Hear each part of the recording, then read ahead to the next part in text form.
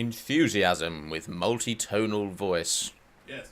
Yes. Yes. Right, we're pretty much ready to go. So, Are we? calculate you introduce, sir. Hello. We are joined here today by Paul Brand, the one and only. Hello. Hello. How are we? It's our first day with the microphone on. Not with the microphone on. with the camera on. I'm Yeah, not sure with I'm the used to camera working on. with amateurs. It's that rustic feel that lends it such charm with the camera on. It does feel a bit, I think... I feel way more conscious. I feel way more conscious with the camera Considering on. with the last podcast, I'm literally just like laying back. We're like lounging on beds and... Yeah. Well, I noticed Dan's the only one who's prepared for this because the beard's nicely trimmed, the hair's looking good. I did that for you, Paul. Ah, did you? You're a fine man. Yeah. Thank you. We've just... Whereas Kirk and I are post wings and ribeye. Yeah, we've had a bit of a meat coma. So at the moment. explain your morning. Is it a bit of abnormality, or is it something that you're trying to get completely new into this? Not really. We were just hungry, and we didn't eat till 12, and went to the farm shop. Just came back and had steak and kidneys and eggs and chicken wings and liver, mushrooms. Yeah, it was good. Wow. Yeah, it was good. Good times. So, Paul. Excuse me looking at my phone. My daughter's got a sore throat. It's all right. Not for the first time this week. Anyway. But yeah, I think we should carry on with a camera though, because I think it's a good thing to get used to, just being comfortable having a camera on you and it not feeling weird. But it might take a bit of getting used to. I also feel a bit odd holding the mics. I mean, you could hold it down here like and I'm about not to like. sing. Yeah, Yeah, this because way. otherwise the view of you is that. Yeah, That's what you're doing. true. And that isn't a good view, is it? Not great, is it? That doesn't keep look it like on. you're holding a microphone. That looks like your favourite man friend pop round. That's after a And he's few standing too rather many too Dumbars. close. Yeah, that's true. Yeah, just rest it on like that. Paul, The good Yes, facts. Kirk. so tell us about setting up Brown and Brand. How did that all happen? Setting up Brown and Brand. Yeah. Crikey. Where did the name You come from? first. Well, my surname's Brand, and Trevor, my partner's name, was Brown. Well, that makes That sense. still is Brown. Yeah. So we tried not to call it Brown and Brand, to be fair, and we tried very hard. We came up with all sorts of names. We had Essex Estates and, oh, God knows, I can't remember all the others, but we didn't want our names on it because when you're starting out a business, you kind of think to yourself, well, if it all goes wrong, you don't really want your name above the door, do you? And as much as I'm an extremely positive thinker, there was an element that it could go wrong. So we always kept £1,000 in a separate account, which was about a quarter of all the money that we had at the time. But we said if it goes wrong, that'll buy us 2 tickets out to America, and we'll go and hide. Get out of jail free card. The 2 failures will go and hide in America and just do bar work or something and just see what happens out there. But we thought we'd give it a go. We quite like the sound of America. So part of going into it was, it's okay if it fails because we're going to go to the States and have a adventure and a party out there. But in fact, it didn't fail. So that was that. But When did you start Brown and Brown? 1983. What is Brown and Brand? Well, Brown and Brown's a property company that is principally chartered surveying, does management and lettings of properties, and sells houses as well. So an estate agency, but with a chartered surveying side. And Trevor was a chartered surveyor, or is a chartered surveyor. I say is because he would correct me on saying was. It's like when you call up somewhere and someone says, "Oh, and what was your name?" And you say, "What was my name?" Or "What is my name?" My name is. It's one of those. And I often say to people, "What do you mean, what was my name? I didn't have a previous name." But anyway, It makes sense though, doesn't it? yeah, it's pernickety and annoying, but there we are. So now we set out to just have a bit of a laugh really with the business. We were very young. I was only 22, 23, and Trevor's 5 years older than me. And it kind of worked from day one really and did all right. Gave us a good living, looked after us nicely. Trevor got a bit cheesed off with it by about 1992, 93 and left. And it's gone on from there and morphed into pretty much a successful, quite decent sized business now. Yeah, it does all right. At what point after when you started did you start seeing some real growth? Well, pretty much straight away, really, because growth obviously is measured from initial point to this point, and we started with zero, and within 6 months I think we had about 10 grand in the bank, which was quite a lot of money in 1983. And being the sensible businessmen we are, we took that 10,000 and invested it extremely wisely in our first Porsche. Working Porsche company car. yeah, working on the premise that if people saw you looking successful, they would want to use you. And also the fact that we kind of like Porsches, so we went out and got one. So we bought a little 924 GT Turbo, which was absolutely brilliant, and we had so much fun with that little thing. And yeah, that was it really. So we'd gone from having a Mini with no seats to having this Porsche Turbo within 6 months, which was just bizarre. And then I think it was about 3 years after that, we bought between us a 4 or 5 bed detached house in Thorpe Bay in one of the avenues just down by the sea, and just the world went really quickly. It just grew, and it was bizarre really. But it was the 80s. Maggie Thatcher was encouraging it. Everything was set up for small businesses to succeed, so it was all there for you. If you bothered to have a go back in the 80s, generally you'd probably do all right. So, Can you see that big contrast between the 80s and now if you wanted to start a property business? yeah, I think so. I think if I was to start now, it would be harder. I think there's more competition. There weren't many people out there doing it as everybody does it now. There isn't anyone, I think, running a business now with any success who isn't absolutely doing it properly, and everyone knows how to not do it properly because they're all over the internet, aren't they? Now the amount of knowledge that's available to you, you can see what you should be doing, you can see what the competition are doing, and you're thinking, crikey, well, we're not doing what they're doing, we're not doing as well, so we need to step up. So you know what's out there, but at the time all of the estate agents were really sleepy old companies that just didn't really crack on with the whole deal, and we did. We were young, energetic, we were out there, just smashed them all up really, went out there and did all the business, and it was fantastic. So you had fairly rapid growth at the start. At what point, but then you experienced a property crash? Yes. At one point. Yes. What year did that happen? So?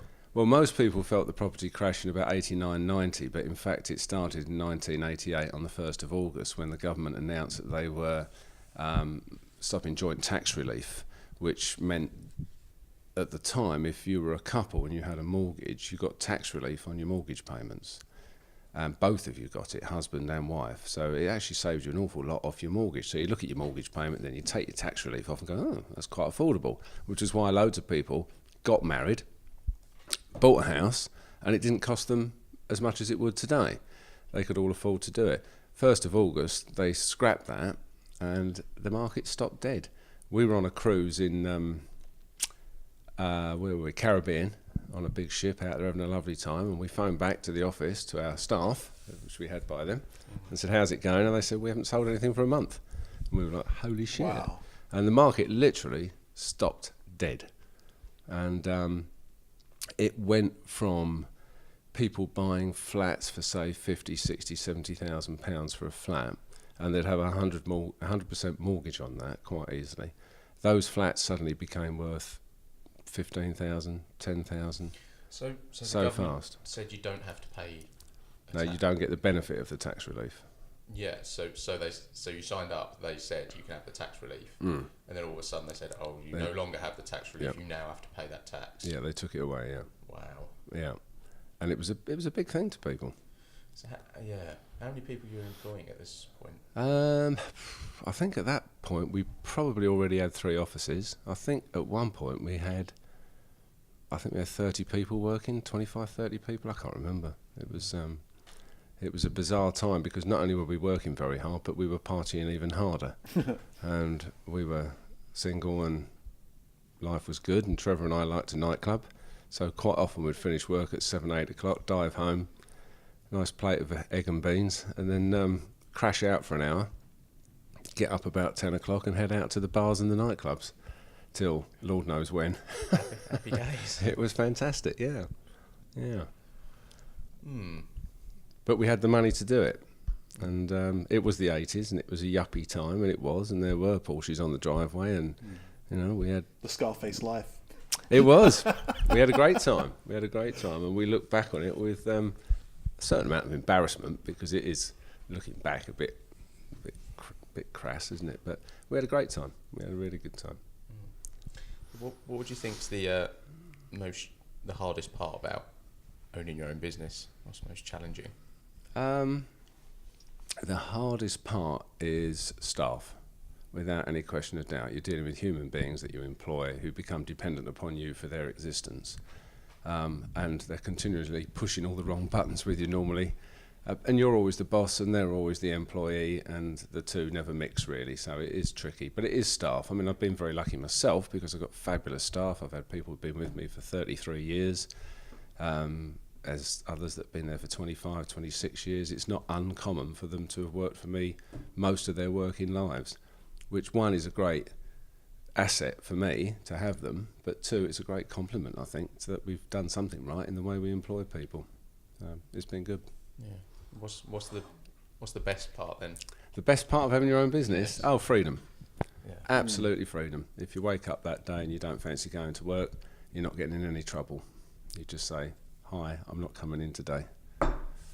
And you build up to that point though. If I did that, I'm just not making money today. Yeah, oh, of course. Yeah. It doesn't come in the early days. Christ, I did 7 days a week for 15 years. Wow. That's what we did. That's how we got it all going. You know, there were hardly any holidays. It was absolutely, full on. But it was full on socially as well. So we were exhausted. Hence, I had a breakdown in 1991, having burnt the candle at both ends and in the middle, and then threw the candle in the bin. And what's that story? Well, that's a story of stress and anxiety. We came into another recession in the early 90s that was really, really hard. And I had to let some staff go that I'd had for years and years and years, and I found that really difficult. That was a horrible moment. But I was one of the early cases of people having stress attacks or panic attacks, anxiety attacks, whatever they want to call them now. And nobody knew what it was. I'd go and see the GP and say, look, sometimes I'm in the office and the world just closes in on me.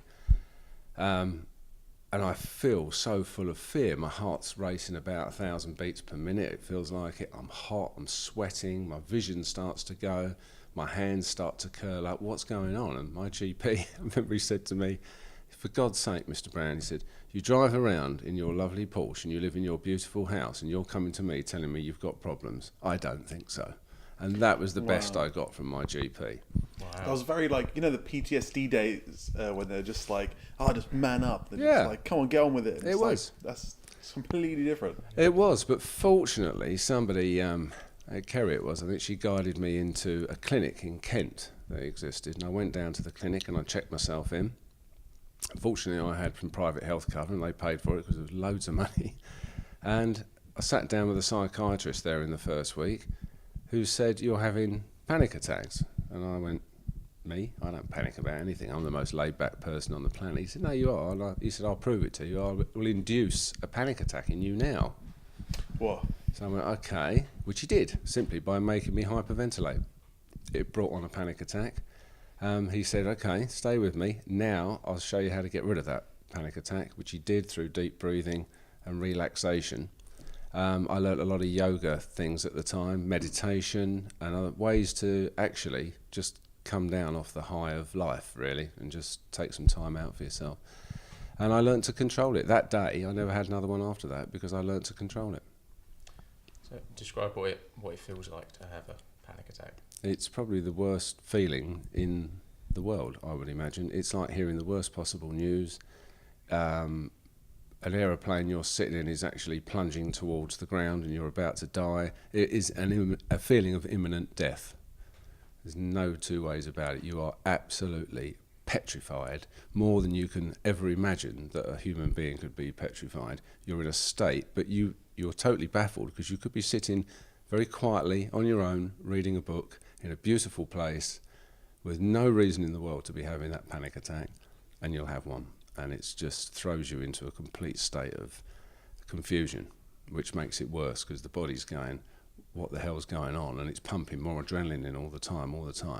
And then the adrenaline eats up everything in your body, and that's when your hands start to close up because the calcium goes, and it's awful, just a horrendous feeling. Yeah. interesting. No, that's really interesting. I never knew about that, especially that your aspect of it. It's just like, you hear it now. It's becoming a bit more people more aware of it. There's a lot more anxiety, especially like we're more aware of mental health issues.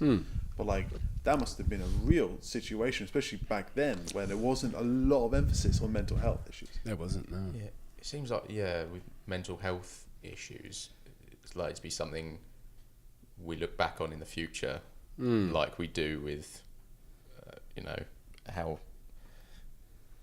how medicine was slightly barbaric in the just saw your arm off with no anaesthetic, and we look back at how we treated people with mental illness and go, how did we do that? Yeah, it was horrendous. And the worst thing, of course, is that quite often you can be having a panic attack and there's nothing outwardly showing, and people will be looking at you going, hello, and inside you are panicking to an extreme amount, and it's not showing necessarily on the outside. Yeah, it's tricky, isn't it?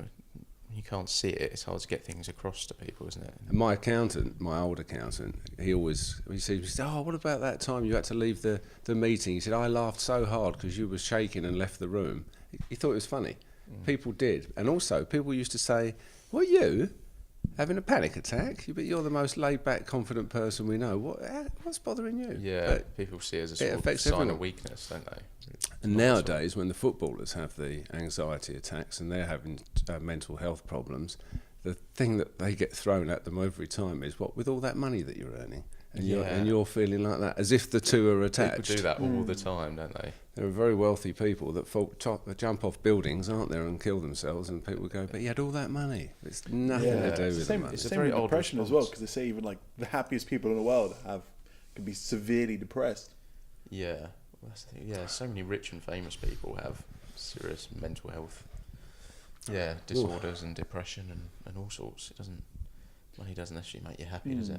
So since the early 90s when that kind of hit you, has it now, in the later stages, now it's been more relaxed, the company's a lot more established, and have you taken a step back from that kind of intense position? Yes.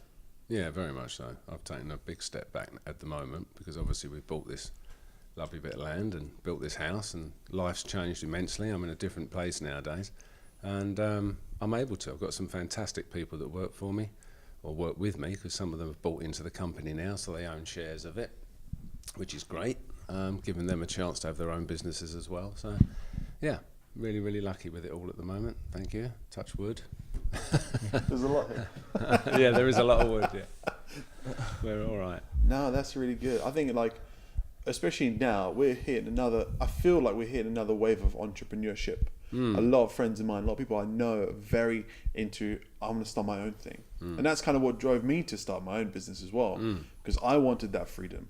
And it was really not having your own legacy is the right word, but I kind of wanted to make myself money and not make someone else money. And by the time I'm 40, 50, or later in my years, I could say, well, I started that and that's my business. It's not like, I worked for this firm for the last 30 years and then they got bankrupt and then now I'm somewhere else. Yeah. I kind of wanted to be like, this is mine. So then, no matter where that goes, I've got something for me. Yes, indeed. And, it's really inspiring to see people that, from every generation has always had that kind of drive. Not that I'm kicking anyone down that doesn't do that, but that's just my own thing. Yeah. I think, Kirk, you feel the same way with your endeavours. Yeah, like you say, it's not. Yeah, I feel like it's nice to see lots of people in our generation trying that avenue. I think. What drove you to want to have your own business then? Wanting autonomy, I suppose. I can't stand working for other people. No, it's just not. Just my personality doesn't like it. No. In what sense? It's like creative directions, or like, what do you mean working with someone else? I don't like being told what to do. I think that's all it comes. Yeah, that's what it comes down to. Yeah, but none of us do we? We don't like being told what to do. But I don't think that's what you do as a boss with your staff. You don't go in there and tell them what to do. No. You have to make it a team. You have to make everybody feel like it's their business too. and that we're all pulling in the same direction. And that way, the teamwork comes through and you all do well and everyone's happy. You've got to be happy in your job, haven't you? You've got to go in and enjoy it and look forward to it. God, True. people go to London every day on that train, and I've never... So many miserable faces. My sister's done it over 40 years. I just don't know how they can do that. I think. Oh, sorry. Yeah, go on. I'll say. Look. Go. Edan, you have the floor. I've got the talking. The talking The thing. talking cup. Talking stick. And now I've lost my train of thought now. So please go. Well handled, lads. Yeah, I think a lot of it I just like a challenge as well. It seems like a more difficult road. It's there's more fear involved, but I think it's good to do things you're afraid of. I think they're generally the things you're most proud of when you look back, and when you were scared of something, you did it anyway. Yeah, risk taking is really important. But it's been interesting so far, Grand Native, isn't it? Yeah. Well, Paul, it all sprang from your initial Did idea it? in the caravan, didn't it? Yeah, I suppose it did. Yeah, I never really thought of it like that, but yeah. Well, that's it. I think there is a demand out there for that sort of thing, and you've got the ability, and you're a grafter. That's the thing. You don't mind. I was going to say getting into bed with someone who's a grafter, but not the best phrase I've ever used. But no, because someone's prepared to work hard, you're prepared to support them. It's a little bit like the guys on Dragon's Den.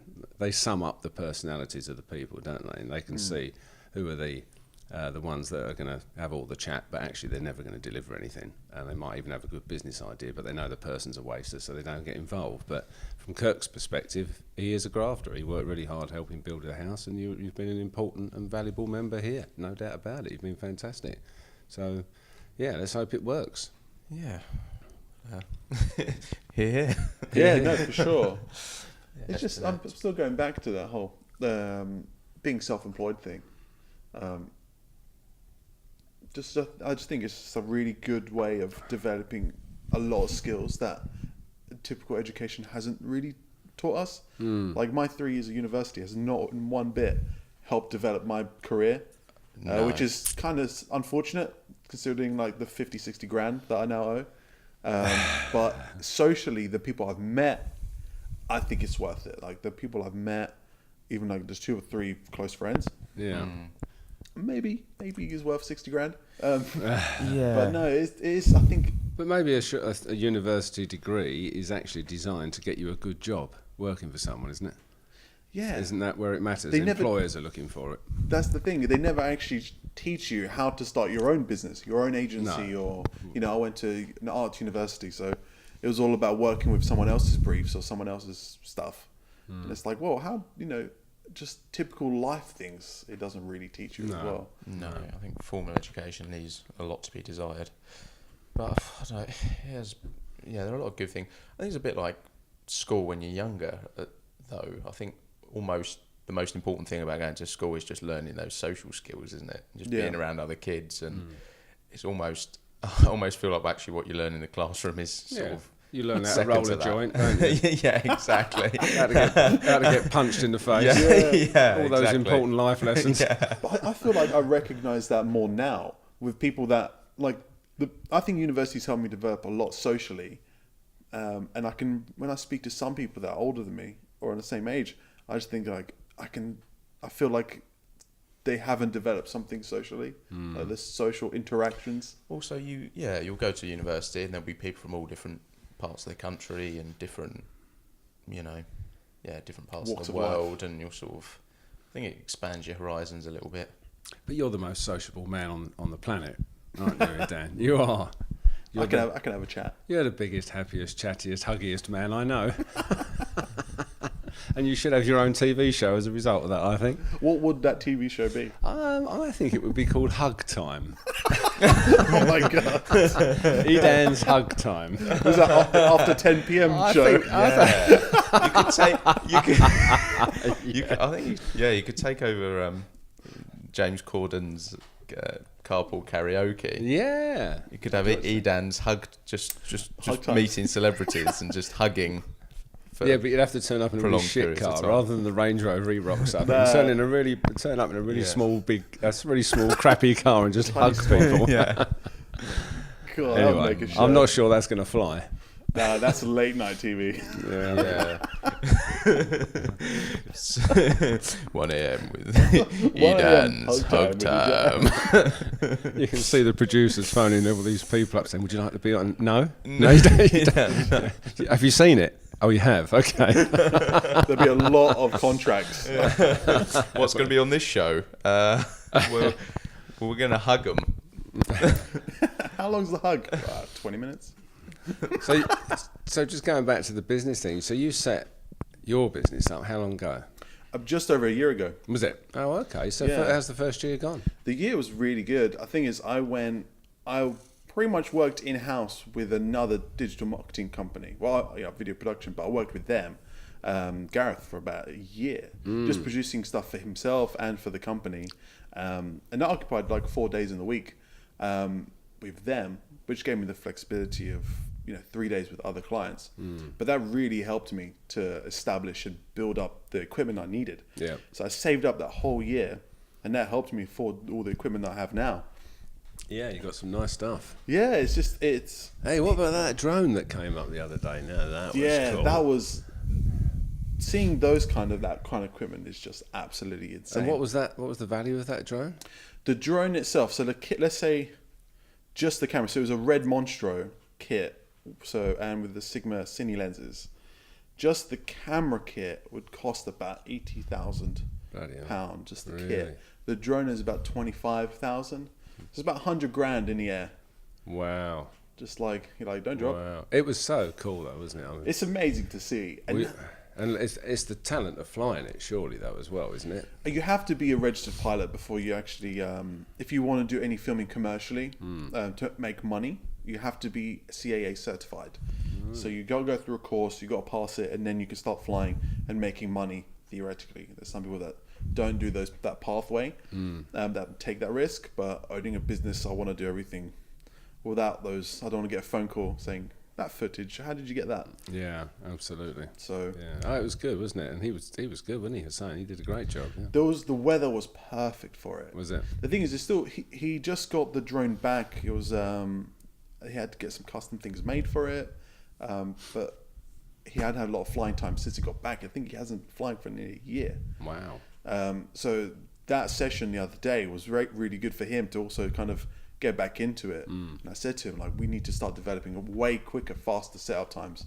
By the time you guys went out and you came back, we're like, hey, we're still halfway through this.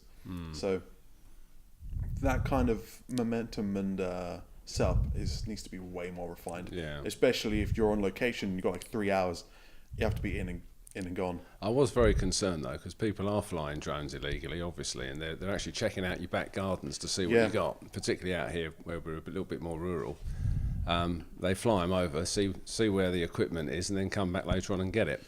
And the farmers around here have said that if they see a drone in the sky, they'll just shotgun it down. So I mean, I wouldn't assume that they have the large drones like you saw the other day. No. Like if you saw a massive camera rig, they're not. That's worth more than an average car. They're not going to shoot that down. But the little ones, those are very intrusive. Well, they might do. It's a bigger target. I think they might. But yeah, it's a pet peeve of mine. I think because I always try to play by the book, by the rules in the book. And I know a few people that just do it anyway, and I'm like, come on, you're totally ruining it for other filmmakers that are doing it the right way. I found in business it comes back round. We've always done everything properly. Sometimes you get a bit frustrated because you see other people having more success possibly by not doing it properly. But that always tends to be short-lived. My experience is it does go full circle in the end, and everybody gets their comeuppance one way or another, and that can be a good comeuppance.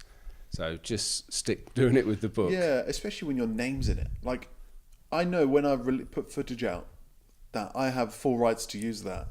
There's I see videos someone puts out flying into central London. I'm like, there's no way you got licensing to do that. There's only like 3 companies that are legally allowed to fly within London, drone. Really? Wow. And like you sitting on your balcony in front of it, flying in this super congested area, it's absolute red flags, and you're a filmmaker. That's like, oh, what are you doing? Yeah, you're asking for trouble, really, aren't you? Yeah, so that's something. That's really the only pet peeve I have with filmmakers. Otherwise, everyone is golden. You know, I just get the occasional email saying, "Can you do drone work here?" And it's like, no, absolutely not, because I can't fly within that area. So, you know, for this property, it was complete green zone. It's like, it's all private land. There's not congested area, but there's some, you know, because we're getting into property videos.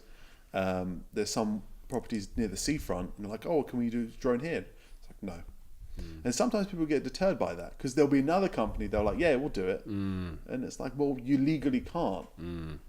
So yeah, but that that's kind of a thing's problem in bite so your many bum. businesses. But you having your own business, of course, follows on from your father, because he has his own business, doesn't he? He's always ran his own thing. Yeah. He's always had that drive. He's having that removals company for 20 years, and now he's going to something else. He's going to like private hire vehicles, and he's tried to. Had a small stint working with the airport, doing fuel filling for them, Right. and that kind of made him realize how, you know, you think of the job security, you think, oh, it's gonna be great, but if it's poorly run, it's like, oh, you can't do anything about it. And that's what he likes, is that self-control, that if something's poorly run, you can control that variable. Yeah. So yeah, it didn't last long, that job, before he was like, I'm going to do my own thing. Oh, well, he's a good man. Unfortunately, he has slept with my son, which isn't so good. But Explain that situation in deep detail, please. I heard it was some night. yeah, I don't think Jared's recovered yet. So I'll explain that situation. I'm happy to leave my son hanging with that one. So my dad's been running a removal business for the last 20 years, and he gets occasional jobs that take him abroad, working in, you know, France and Germany and Spain. And he likes to take young boys with him. So we had quickly flying through that. They had a job in Strasbourg, and Strasbourg. I've no idea. Strasbourg? Yeah, on the That'll border do. between France and Germany. Yeah. And they needed. There was supposed to be accommodation set. Was that correct? There was supposed to be accommodation paid by the client on this removal job, and it turns out they didn't do it. So they had to book this like 1-bedroom small, what was it, hotel? I think it was the client's own hotel. Yeah, it was the client's own the hotel. client's own hotel, and he said, "Oh, we'll when you get there, you can stay in our hotel." And they gave you and one he went, bed. yeah, and he went, "Oh, we've only got one room, if that's okay." And Jared went, "Right, there's 2 beds though, right?" And he was like, "No." And just for clarification, my dad's a big guy, so And so is my son. yeah, Yeah, Jared's like 6'4". Jared's taller than 6'4". 6'6" he is. Oh, Yeah, 6'6". Jared's a big, tall boy. So 2 guys in a small double bed, made for a pleasantly Funnily enough, though, they've kept in touch, haven't they? Yeah, sending flowers. yeah. Oh, I wasn't going that far. They sent flowers, did they? No. But yeah, that's just to clarify that You were situation. getting Yeah. nervous there, weren't you? You thinking my dad The might see allegations. this. But no, yeah, those trips are But all it's good fun. It's the entrepreneurialism tends to follow through families quite often. That's the Yeah. point I was going to make, because your dad did. What did your granddad do? My granddad, he has on my mum's side was very interesting. Actually, both sides of my family. My granddad lived a very interesting life. He was big into property. Mum's dad? Yes, Right. my mum's dad. He had a lot of luck during that time, 70s, 80s. Property was very cheap and very lucrative. He knew a lot of good people. And where was he? Started out like in East London, then went to like Thorpe Bay, Southend. So, from my remembering, it kind of started off. He bought a small property when he was in like early 20s. It was on. He basically bought a butcher shop, and it had a flat above. So he lived in a flat, and like weeks after, someone came in and said, "Can we buy the butcher shop, and you could stay up at the top?" So he did that. From then on, I think I'm skipping a few years here, but he bought the Cobham Lodge Hotel down Cobham Road.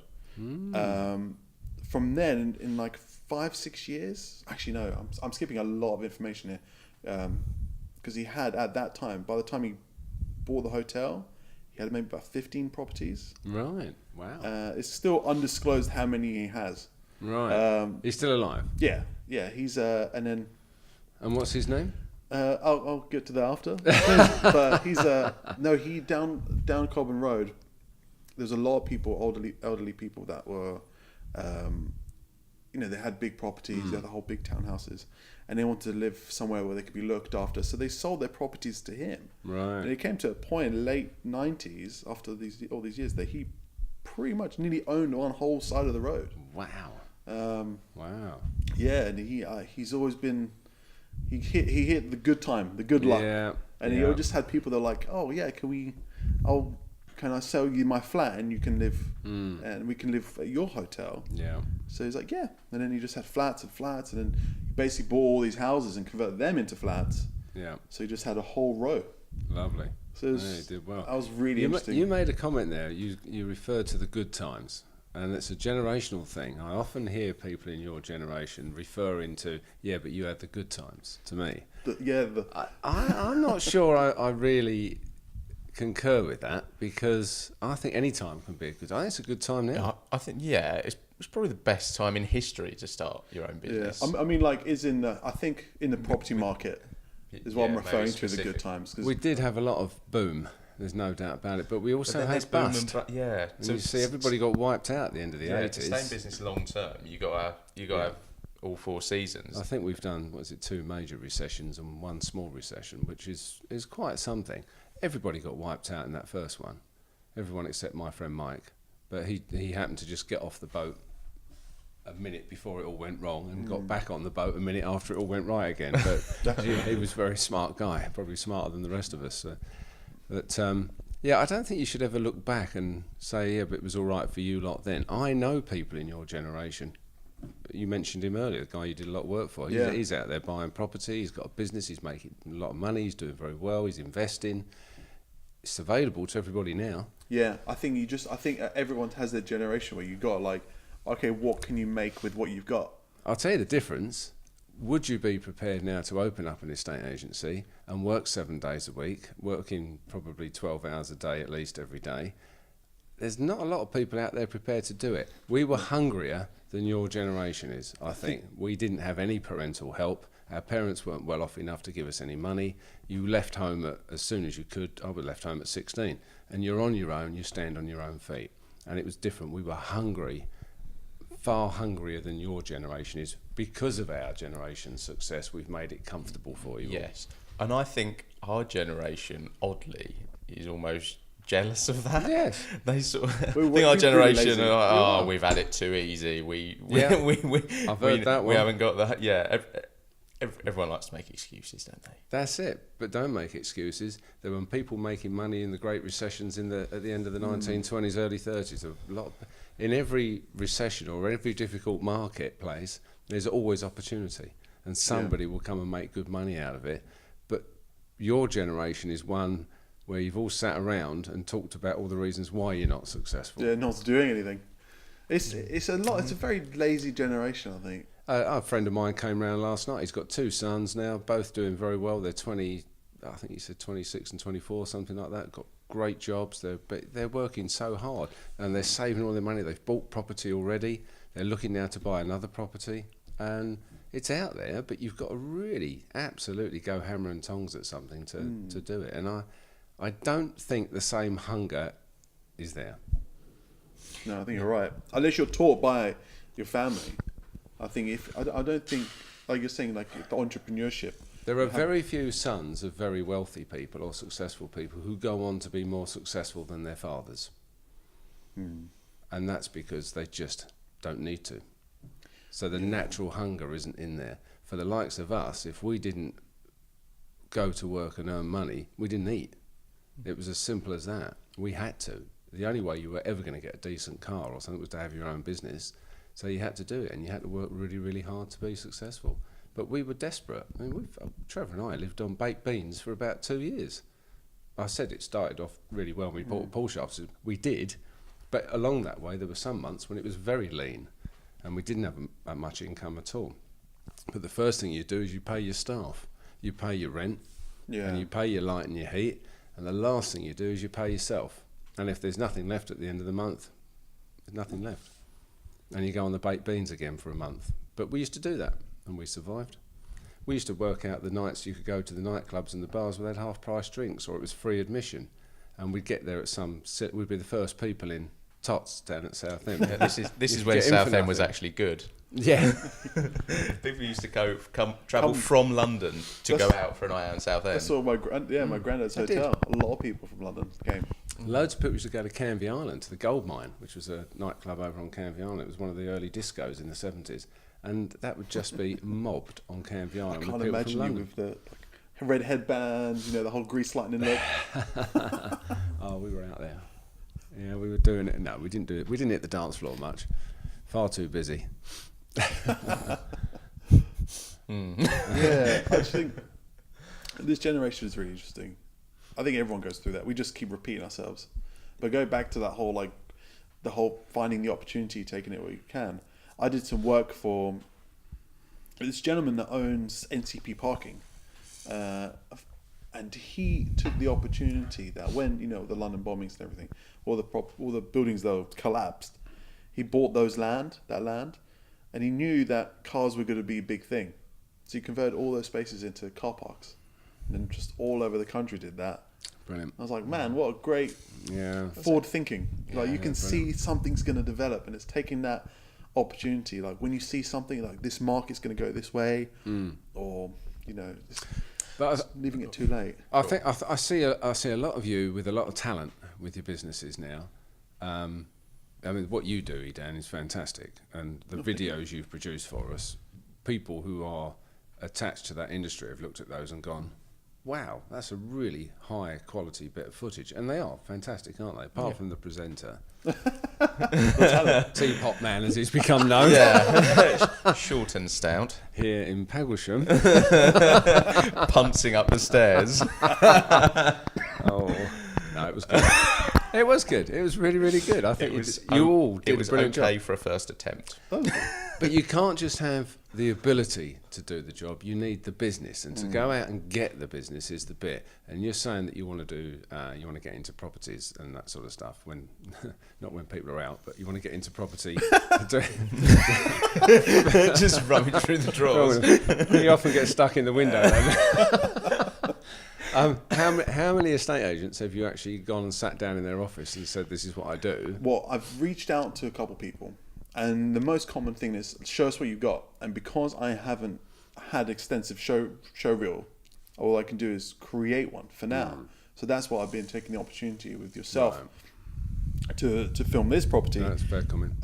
And I've got a few other big properties that are waiting for that. Right. Because before they can trust you with, coming into their home, even people that I know, they're like, look, this is a nice place, make it look good. Yeah. So that's what I need to present. Okay. But then you need to get into the high-end estate agents that deal with the big properties, and that's where it really shows it off. You're not going to have a drone flying over a two-bed flat in Westcliff, are you? No, with respect to everybody with a two-bed flat in Westcliff, but it's not going to happen, is it?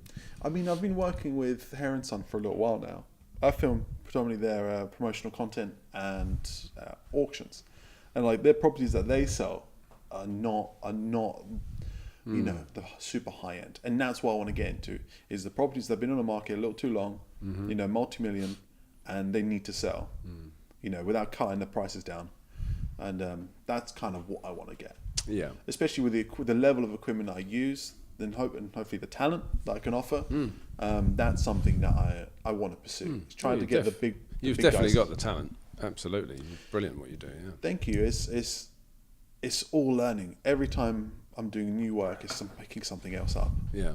I think it's just try to get a little bit more creative. A lesson that I've learned this week, while editing another job, is when you think you've got enough, you probably don't have enough. Yeah.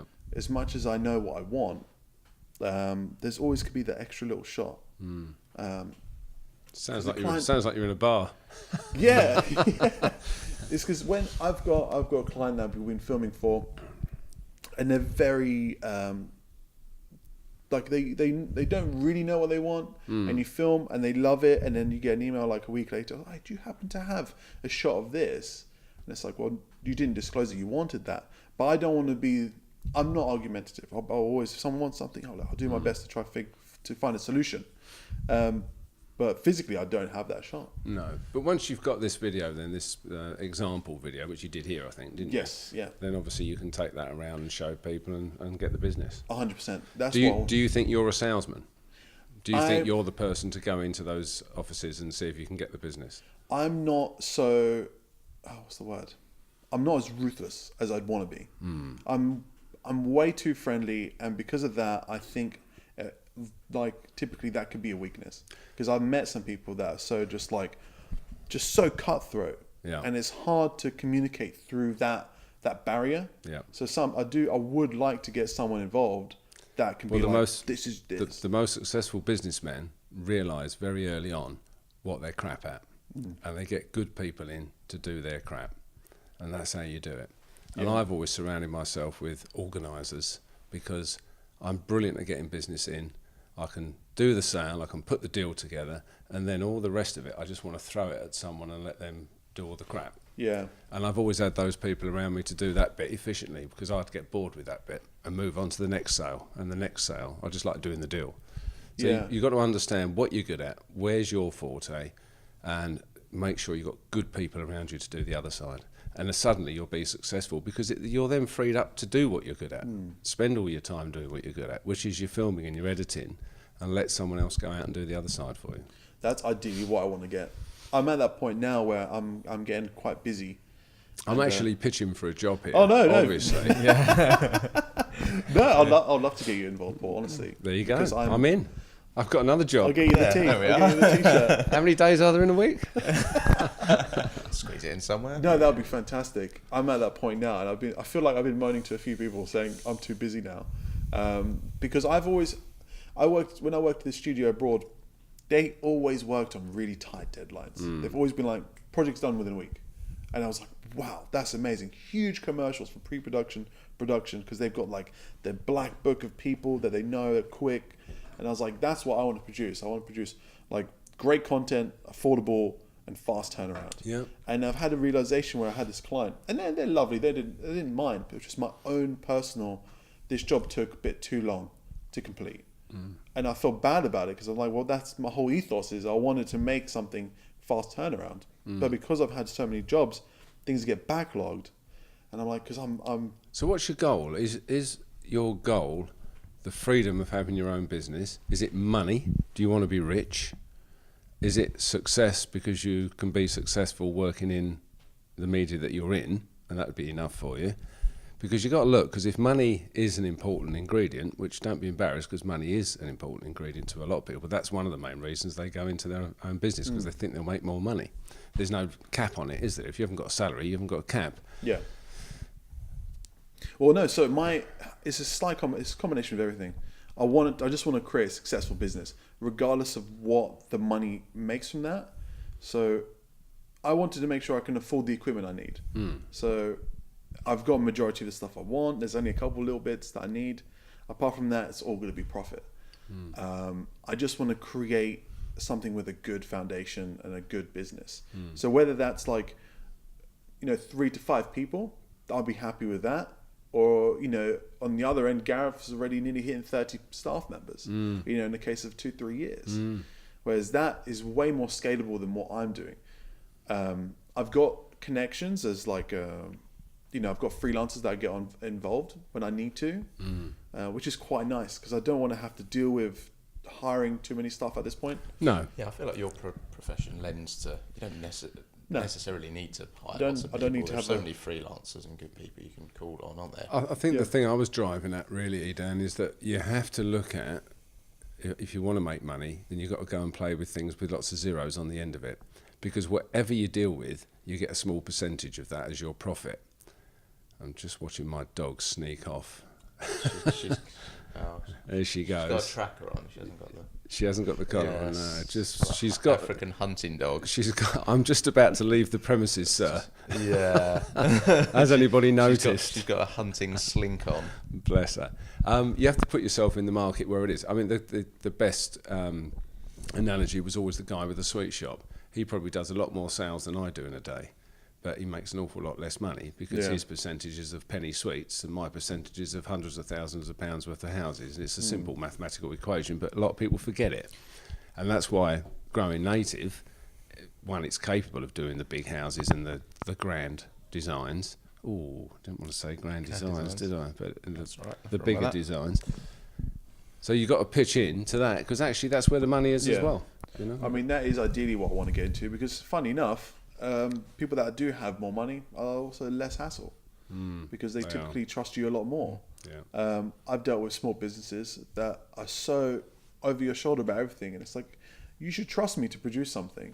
And the thing is, I've produced a video for a recent client, and the draft video I sent to them as take a look what I've done. I believed it was perfect. It hit their brand, hit what they wanted to achieve, and they wanted something completely off-brand, what doesn't represent them. And I showed some people what I produced and the revised video. That's something that's a bit more what they wanted. Another dog's arrived. And people love my one. And I was like, this is 100% what they should push out. Yeah. And you can't argue with a client. If I give them the best direction, I said, look, trust me, this is the best. This is what I think would hit your target market a lot more. I'd justify it, I'd explain, but sometimes they just want what they want. Yeah. So you got to produce it. So given you won the lottery tonight, If I won the lottery tonight, what's the first thing you'd buy? through the business, No. just in general, the first thing I'd buy a flat. Would you? Yeah, I'd want to move out. You didn't think house? Nah, I don't like a house flat. It's just a property. I don't like too big places. I think I've got a lot of friends. I've got quite a few friends that have large properties that I've stayed over, as a young kid, and I'm just like, this is way too big. Like these houses, I like cozy little places. Like I have that room. So you'd have your flat. What Yeah. would you buy, Kurt? First purchase. Monday morning, 10 million in the bank. It'd be a hell of a weekend. That's true. You wouldn't be awake Monday, would you? I might kill myself. No, I'd have a fun weekend, get that out of the way. Right. But And by a fun weekend, what do you mean exactly? I'm not telling you. Stroll through the park. Yeah, fair enough. But I think I'd buy a property. It'd be very nice to have property paid off. Yeah. Where you go, and then everything you do from then on, you go, shelter's taken care of. Everything I do is because it's what I want to do. How much money are you talking? Yeah. Talking like That's $1 million kind or 10 million? Well, I said 10 million. I'd buy multiple properties just for that passive income. I'd instantly go, right, if I wanted to go on holiday and not do anything for 3 months, I'm still paying everything off. Well, I'd be paid off. I'd just be making money. Yeah. And then with the rest, I'd be investing. And I'd still pursue, to be honest with you, I'd still pursue my career. Yeah. I think at this point, 10 million is not a retirement kind of money. It's interesting to hear your answers because, of course, I would probably buy a children's wing for the hospital. Yeah, of course. Is that from your position How do you now? feel, guys? Yeah. But joking aside, I would like to invest in green energy companies, Yeah. but ones that Yeah. not for ones, because I like the idea of, I think green energy companies treating it as a business. It has to be profitable, not a charity. Make it actually work as good or better than Actually the do non-green. something, in other words. Yeah. I think that is what I'd like to invest in. Yeah, Tra- interesting. travel more, Yeah. of course. Yeah, but you are very well travelled anyway, of course. But Yeah, There's- I'd travel in between my green investments yeah, absolutely. and then come back to And my... collecting your rents. Yeah, The bailiffs. sounds like we got a plan. You could drop in at the children's wing and see me occasionally. Yeah, absolutely. What would you be doing in the children's wing? Oh, No, being very good. What would you actually do with the money? What would I actually do? I honestly would do something charitable. I would. Yeah. If I had that much excess money around me, I would definitely do something charitable. I think what you learn is, as well with money, that I've always sort of made enough to give myself a comfortable lifestyle. I live nicely. I'm not mega wealthy or anything, but the people that are mega wealthy, that just brings a whole heap of other problems with it quite often. And the guys I do know that have got an awful lot of money don't always have the easiest existences within their families, because their families are all looking at them as the golden goose all the time. Yeah. And you wonder why the kids are hanging around sometimes, and it can be It can be a burden. That's the yeah. point, can't it? It's tricky. I mean, there's one family that we know very well that have had incredible problems. They all hate each other. All the kids fight, literally fight, and they're all backstabbing each other, and they've tried to record each other doing, saying illicit things to trip each other up so they can make more money than that one's making. And oh my God, if that family didn't have any money and all lived in a nice little comfortable terrace house and Dad had a normal job, they'd probably all be lovely. Yeah. But money spoilt the lot of them. It's such a recurring theme, isn't it? How do you fight against that? I think just kind of I'm not changing the subject a little bit, but my philosophy of like what my goal in life is to, like, you know how I say, I think we had this conversation before on like how would you measure success, and it was really if I want to go on holiday, I want to go on holiday. If I want to eat a steak, I want to eat a steak. Now, whatever amount of money I can make. Autonomy. Is that it? That's a word, isn't it? Yeah. If you're autonomous, you're completely in control of your own being. Yeah. Yeah. Your own destiny. So I I think just we want both that. share It's that only goal. you. Going back to that first. So if that's question. making 40 or 50 grand, then I'm happy with that. Like I do want to aim higher, but if that's the point that I can get to, I love it. Absolutely. Interesting. How long have we been recording? 56 minutes. 4 minutes. Just time for a song then. Yeah. Perfect. Right. Seems about time to wrap up then, isn't it? Yeah, I think that's been Timing. really nice. Yeah, I've enjoyed this chat. Thank you, Paul. Thank you, Kirk. You're most welcome. And thank you, Eden. My pleasure. Can I have a hug? Absolutely. Come here, darling. Late night show. Yeah. It's going to be big. I'd like mine in the bedroom, please. I feel like I owe your dad one. Right. We'll do this off camera. We'll sign out for this one.